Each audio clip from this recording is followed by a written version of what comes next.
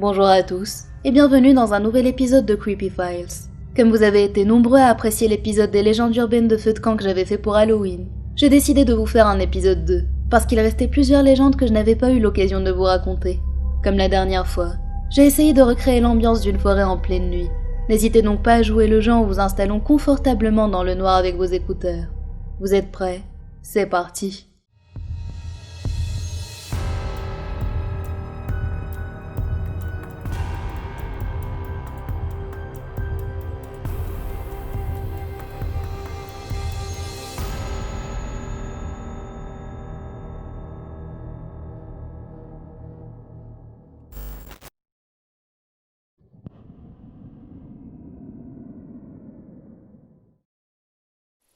Selon la légende, il y a quelques années, une équipe de scientifiques russes travaillait sur un projet de forage géologique en Sibérie. Ils avaient réussi à forer un trou de plus de 14,5 km de profondeur dans la croûte terrestre, lorsque la forêt a soudainement commencé à tourner violemment dans le vide. Selon l'histoire, les géologues étaient abasourdis. Ils n'arrivaient pas à comprendre ce qu'ils avaient bien pu réussir à atteindre. Certains membres de l'équipe pensaient qu'ils avaient peut-être atteint le centre profond de la Terre, qui serait en fait creux. D'autres pensaient qu'ils venaient simplement de tomber sur une profonde grotte souterraine. Alors qu'ils étaient encore en train de débattre, ils ont brusquement senti une vague d'une chaleur insoutenable sortir du trou. Et ils ont tous pu entendre de faibles bruits émanant de l'intérieur du puits. Ils ont donc dégagé le forêt et ont abaissé leurs thermomètres spéciaux pour mesurer la température au fond du trou. En lisant la valeur affichée, ils n'arrivaient pas à en croire leurs yeux. La température découverte était bien plus élevée que ce qu'ils avaient imaginé.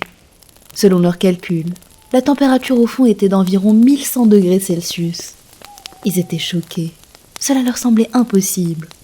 Certains scientifiques étaient tellement effrayés qu'ils voulaient abandonner le projet. Mais le plus choquant, c'est ce qu'ils ont découvert ensuite. Ils ont abaissé dans le trou un microphone spécialement conçu pour résister à des températures incroyablement élevées. Et ce qu'ils ont entendu a transformé les scientifiques restant en épave au bord de la crise de nerfs. C'était un son faible, mais aigu. Au début, ils pensaient que ça provenait de leur propre équipement. Mais après quelques ajustements, ils ont fini par comprendre que cela provenait en fait de l'intérieur de la Terre. Ils pouvaient à peine en croire leurs oreilles. Les scientifiques, figés de terreur, sont restés là à écouter ce qui était sans aucun doute possible, des voix humaines, hurlant de douleur. On aurait dit des milliers, voire des millions d'âmes en peine, pleurant et hurlant dans une agonie sans fin. Les scientifiques avaient en fait ouvert un passage vers l'enfer. Après cette horrible découverte, la moitié des membres restants de l'équipe ont démissionné et sont partis. Ils étaient trop terrifiés pour continuer, craignant d'avoir accidentellement libéré les pouvoirs diaboliques de l'enfer sur la surface de la Terre. Ils ont espéré, prié, pour que peu importe ce qui se trouvait là-dessous, reste là-dessous.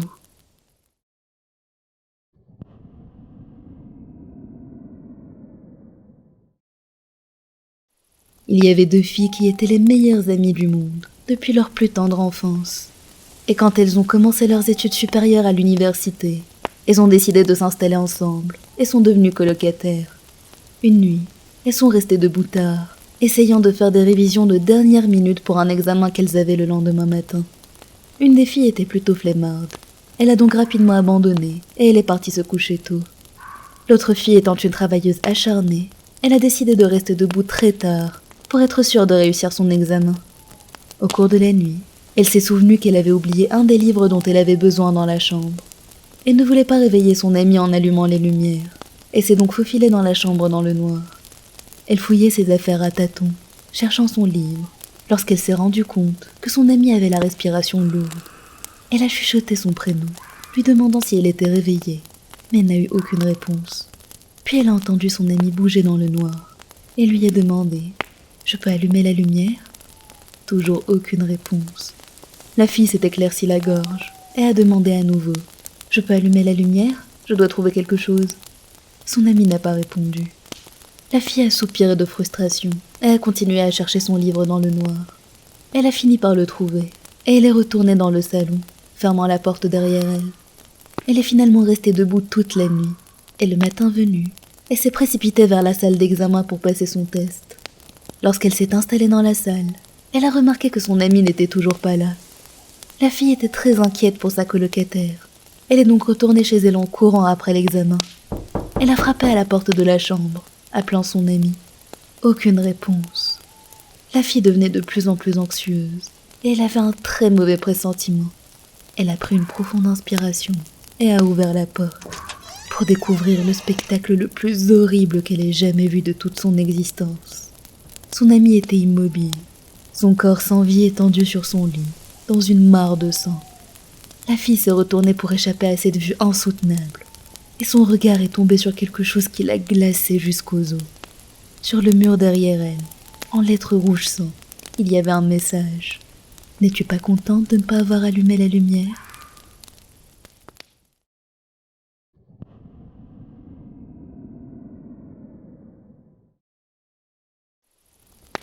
Cette légende urbaine a commencé en 1996, lorsqu'un homme du nom de Brian Bethel, résidant à Billings, au Texas, a affirmé avoir rencontré 2 enfants très étranges.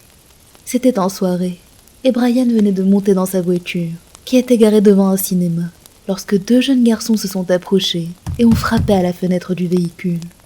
L'homme a baissé sa vitre, mais il n'arrivait pas à se débarrasser de la sensation que quelque chose n'allait pas du tout. « Eh monsieur, nous avons un problème », a dit le plus âgé des 2 enfants. Il lui a alors expliqué que son ami et lui voulaient voir un film, mais qu'ils avaient oublié leur argent chez eux. Avec un sourire innocent, le garçon lui a demandé s'il voulait bien les ramener chez eux pour qu'il le récupère. Il y avait quelque chose à propos de ces 2 garçons pâles qui effrayait l'homme, et il a hésité. C'est à ce moment-là que les 2 garçons ont commencé à devenir très insistants.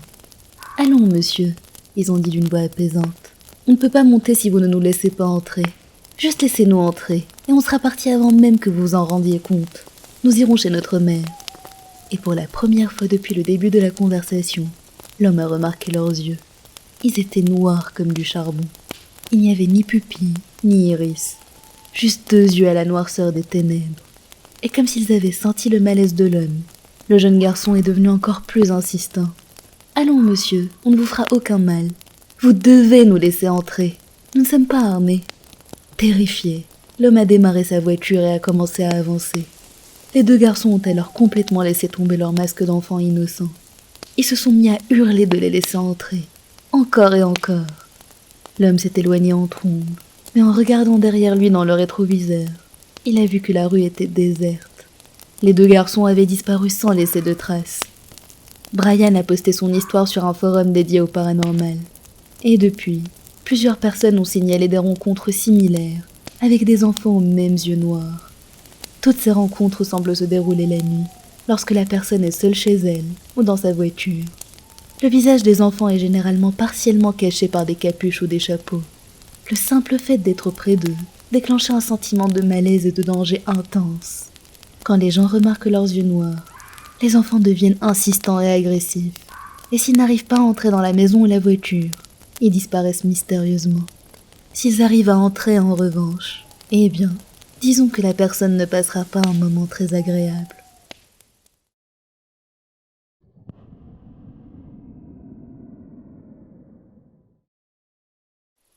Il y a quelques années, il y avait un couple riche qui avait 2 jeunes enfants, un garçon et une fille. Ils vivaient dans une grande maison en Californie. Après s'être occupés de leurs enfants toute la semaine, les parents ont décidé qu'ils avaient besoin d'une pause. Ils ont donc réservé une table pour dîner dans un bon restaurant. Ce soir-là, ils ont appelé une adolescente qu'ils connaissaient et se sont organisés pour qu'elle vienne surveiller les enfants pendant leur sortie. Quand la jeune fille est arrivée, les parents lui ont demandé de préparer le dîner pour les enfants et les mettre au lit. Après cela, elle serait libre de regarder la télé et prendre ce qu'elle voulait dans le frigo. La mère lui a demandé si ça ne la dérangeait pas de regarder la télé dans leur propre chambre, car les enfants étaient sujets au cauchemar dernièrement, et ce serait plus simple pour les entendre s'ils pleuraient et allaient rapidement les réconforter. La babysitter a accepté avec plaisir, et les parents sont partis pour leur sortie. L'adolescente a donné aux enfants du lait chaud et des biscuits, puis les a fait monter pour aller au lit. Elle leur a lu une histoire, et bientôt, les petits dormaient profondément. Après les avoir bordés, elle a éteint les lumières et s'est dirigée vers la chambre des parents pour regarder la télé. Quand la babysitter est entrée dans la chambre, elle a tout de suite remarqué une statue de clown effrayante dans un coin de la pièce. Elle s'est installée sur le lit et a essayé de l'ignorer. Mais l'objet était si inquiétant et sinistre qu'il lui a donné des frissons de peur glacée. Elle avait l'impression que ses yeux la fixaient pendant qu'elle regardait la télé. Alors que le temps passait lentement, l'adolescente commençait à se sentir de plus en plus mal à l'aise. À chaque fois qu'elle jetait un coup d'œil à la statue, elle avait la désagréable impression qu'elle avait bougé, très légèrement.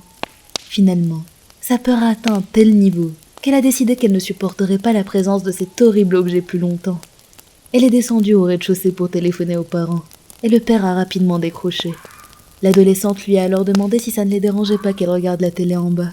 « Bien sûr », a répondu le père. « Mais pourquoi ?»« Je sais que ça a l'air stupide », a dit la fille, « mais la statue de clown me fait vraiment très peur. » Il y a eu un court silence, puis le père a demandé « La statue de clown ?»« Oui, celle dans votre chambre », a répondu la fille. Le ton du père a complètement changé. Alarmé, il lui a dit de prendre les enfants et sortir immédiatement de la maison, pendant qu'il appelait la police. La fille, étonnée par sa réaction, lui a demandé ce qui n'allait pas. Le père a dégluti et a répondu « Nous n'avons pas de statue de clown. » Pendant une seconde, l'adolescente est restée figée sur place, complètement sonnée. Puis elle a lâché le téléphone et s'est précipitée dans les escaliers pour attraper les enfants. En portant un sous chaque bras, elle a dévalé les escaliers et a couru de toutes ses forces vers la rue. Cachée dans un coin de l'allée, réconfortant les enfants du mieux possible, la baby-sitter a levé les yeux vers la fenêtre de la chambre. Ce qu'elle a vu l'a fait hurler d'horreur. À travers une fente des rideaux, se trouvait le visage peint, blanc d'un clown. Il l'a fixé pendant un moment, puis a disparu dans les ténèbres. Quelques minutes plus tard, la police est arrivée et est entrée avec précaution dans la maison. Dans la chambre de l'étage, ils ont trouvé un homme de très petite taille vêtu d'un costume de clown. Lorsqu'ils l'ont arrêté, ils ont trouvé un couteau dissimulé dans ses habits. Il s'est finalement avéré que le clown était un nain psychotique, souffrant de graves problèmes psychologiques. L'homme espionnait la famille depuis des mois, tapis dans le grenier la journée et se promenant dans la maison le soir. Pendant des semaines, les enfants s'étaient justement plaints d'une statue de clown qui se tenait dans leur chambre et les regardait dormir. Mais les parents pensaient qu'il s'agissait simplement de cauchemars. Voilà, c'est la fin de cette petite vidéo feu de camp. J'espère que les histoires vous ont plu. N'hésitez pas à me dire ce que vous en avez pensé en commentaire. Et on se retrouve dès ce mardi, le 24 décembre, pour une creepypasta spéciale Noël. À bientôt.